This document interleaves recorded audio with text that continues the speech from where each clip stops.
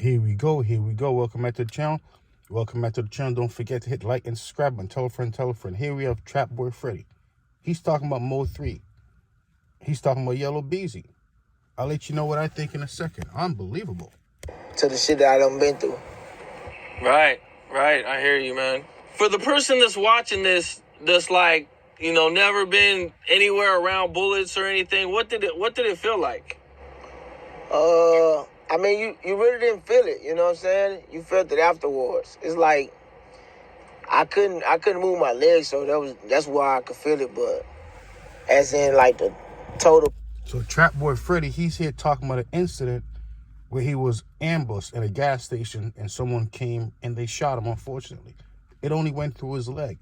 But ever since then, it was like the beginning of whatever started, happening in Oak Cliff. Unbelievable. And it really wasn't a pain. It really happened like fast, So it really ain't nothing, but the after effect is what's gonna catch you. Once you realize that you're gonna be okay and that everything's gonna work out, man, what are you feeling at this time? Are you mad? Are you angry? Are you just happy to be alive? No, I'm just happy to be alive. That's it.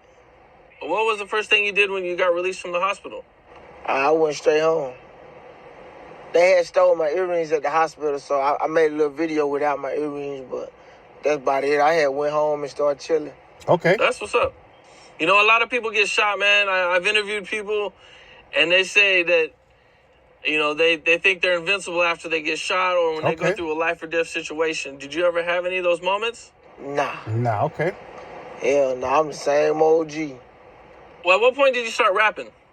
I probably started rapping. I used to always rap and freestyle and shit at the spot, but I started investing money in the rap probably like 2014. As you're rapping and you're progressing, are you putting music out at this time? Oh, yeah, for sure. We put music out the whole time. It was never a dull moment. Okay, and what were some rappers who you looked up to and that you studied at the time? I mean, I never studied the rappers because I wasn't coming in here I wasn't looking at it like that, you know what I'm saying? I was coming in just to prove a point or to say the things that I thought the other trap rappers were lying about. But I used to listen to, you know what I'm saying, Gotti, Gucci, Boosie, you know what I'm saying, shit like that. Cash Money, you know what I'm saying? Lying about. But I never wanted to be no rapper, so I wasn't tuned in to no shit like that. So you never took it serious, even from the beginning, or? I took it serious when I started investing too much money. Like 2018, 2017, the ball was rolling, so I was all the way head in on it. And that was around the time when him and MO3 used to be friends, Yellow Beezy. That's when, you know what? It was supposed to be a great, it was supposed to basically, that's when Dallas was supposed to basically kind of take back over in the rap. If you know what I mean. Okay, and at one point you start making good money from music. Do you start taking a little bit more serious at that time? I mean, I always was making good money because, like, when you rapping, you ain't doing nothing but selling swag. So people was always buying into my lifestyle because my lifestyle was already lit. You know what I'm saying? So it wasn't really hard for me to get the money out the rap. All I had to do was set a price. You know what I'm saying? And they was ready to pay. So that wasn't ever like the big part. You know what I'm saying? I was getting money the whole time, but it's about the money I put in that made me get serious. Oh, okay. So you had to invest a lot of money from the beginning? Shit, yeah. I was paying for my whole shit and everybody around me shit for the longest. When did you start to meet everybody?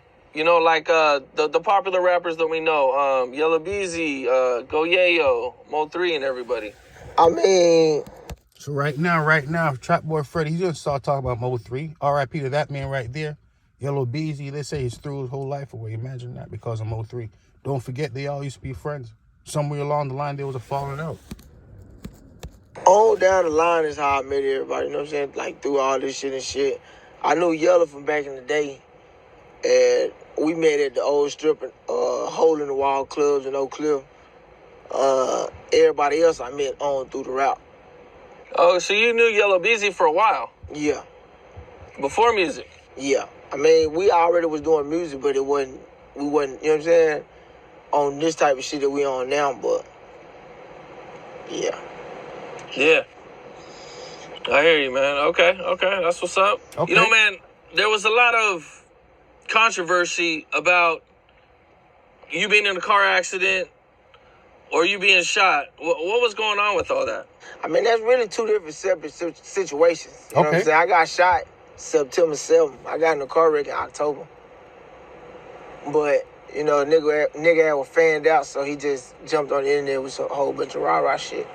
Oh, okay. So you were in an accident, and, you know, MO3 was just trying to make it something that it wasn't, I guess. Yeah, he was just dry jacking, but he wanted to tell the world I was shot. You know what I'm saying? So that's what's going on right there. MO3, he wanted to let the whole world know that Trapboy Freddy was shot. It's a terrible thing. It's crazy.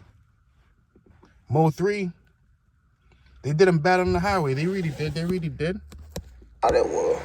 Most rappers, when they get shot, you know, they're in a rush to use it for publicity or, you know, to put it out there. But you didn't do none of that. Nah, that's some post shit. That's some post shit. We don't do that. That's broke nigga shit. You know what I'm saying? We keep that shit under the dirt, so that's where it can stay. You know what I'm saying? You don't talk about that type of shit. And how did you keep it off the internet? It usually still leaks, you know what I'm saying? Like, you kept it off the internet for a while? I mean, basically, because where we was, it wasn't a bunch of camera-ass niggas right there, you know what I'm saying? So, they missed it, but beyond that, you know what I'm saying? I just, you know, everything you see on the internet is what people let you see, you know what I'm saying? So, it's not hard not to show you my leg, you know what I'm saying? That's not nothing. So, it wasn't hard, you know, I just got to play my part, pretty much. Okay. Yeah. You know, man, you and Yellow Beezy and everybody, you guys are all, you know, coming from Dallas. Dallas is blowing up. You know, I think the big three rappers was you, or four rappers. You, Yellow Beezy, Go Yayo. Like I was saying, Dallas rappers was on their way of taking over in a sense. Go Yayo, MO3, Trapboy Freddy, Yellow Beezy. Then something happened. I wonder why. I wonder what really happened. Why they decided to become enemies. Maybe Trapboy Freddy would break it down. MO3, man, how did everything start to get messed up with everything? You know, just take time. Time fucks up everything, you know what I'm saying? But that's a good one. Give a little time, something wrong might happen, but imagine, I never thought about that. Time messes up everything. I never thought about that. Time do change. But believe it or not, sometimes things can improve over time. But Trapboy Freddy said, you know what? Only thing it took to mess up their relationship was just some time. Unbelievable. In my eyes, you know, everybody just with their own people. You know what I'm saying? Their own self, and, you know, shit, things happen. Yeah, I feel like, man, you guys had, like, you know, a big movement going on over there, man. And, you know, to kind of see it, you know, kind of fall apart from a fan's perspective anyway, you know what I'm saying? It just sucked. You know, I would have liked to seen you guys, you know, be more like a dream team, I guess. Yeah, we most definitely would have made a lot of money together. They would have. So. They would have. But sometimes shit just gotta happen like that. I think I seen you mention in... Unfortunate. They would have made a whole lot of money together. MO3 would probably be still alive. Little Beezy wouldn't have to worry about going to jail for the rest of his life.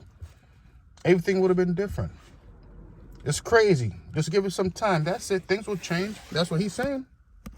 You that, like, MO3 was mad about you talking to Go Yayo or something? Yeah, that's pretty much how it went. How did you feel when you heard about that? I didn't care about that. That's like little kid shit. How did you find out that he was mad at you? His partner told me. Okay. Can you talk about the song Six Pick a little bit? How did all that come together? I just picked all my partners, you know what I'm saying, 5 of my guys. And we went up. We went crazy in the city on some unity shit. Yeah, it was a dope song, man. Yeah, appreciate you. You know, was that your biggest song at the time? Yeah, most definitely. That was my biggest song. Okay. And was that everybody's biggest song at the time? I think so. You know, was MO3 supposed to be on that song? Never was, okay. All right, and as you continue to make music, you know what I'm saying, you're getting bigger and bigger, man. What were some other big projects that came out at the time? Like my shit or somebody else's shit? Your shit. What were like some of your next big moves that you made? I mean, I just was just working, you know what I'm saying? So I wasn't clocking it like that, but the songs that picked up the heavy traction was like my song called Trapboy. I had a song called YNS. Six Pick, of course. I mean, it was a song called like 18 Bars, and I did like a segment with it for like 3 times.